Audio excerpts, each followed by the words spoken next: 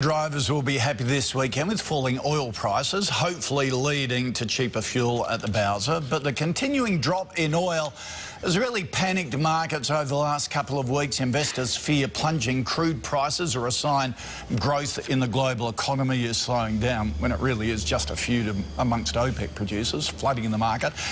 US, UK and Asian markets have all been hit heavily by the recent turmoil. But despite the current volatility, the federal government says the Australian economy is still sound. Well, is the Australian economy under control? The Federal Treasurer, Scott Morrison, joins me now. Good morning to you. David. It's a constant theme of mine. It annoys the hell out of me that everyone is so glass half empty at the moment, when in fact things are actually pretty good. How sound is the Australian economy? Well, when you look at what's really happening, more than 300,000 people got a job last year. Yep. One of our strongest years of jobs growth since 2006. Business conditions are at 7-year highs. Cost of finance is low.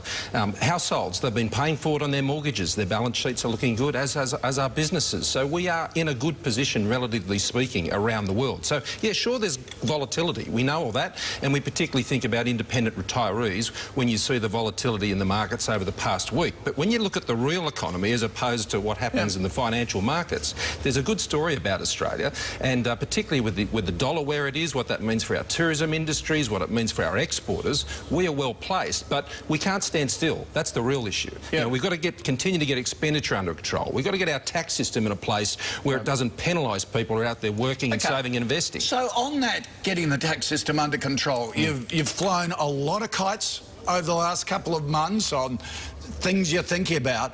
When will those recommendations come to fruition? Will we see changes in the upcoming budget to tax?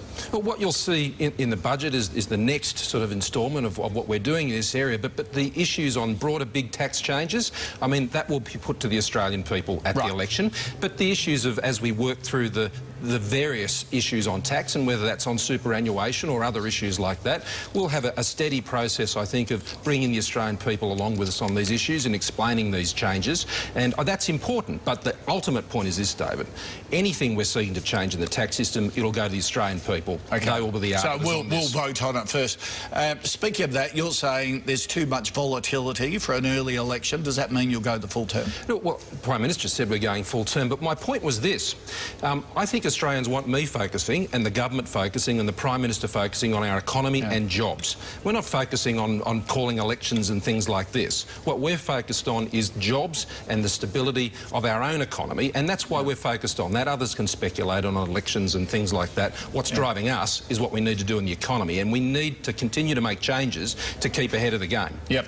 All right, Scott Morrison, thanks for joining us. Thanks, and the message is, forget the economy, just get on with your life.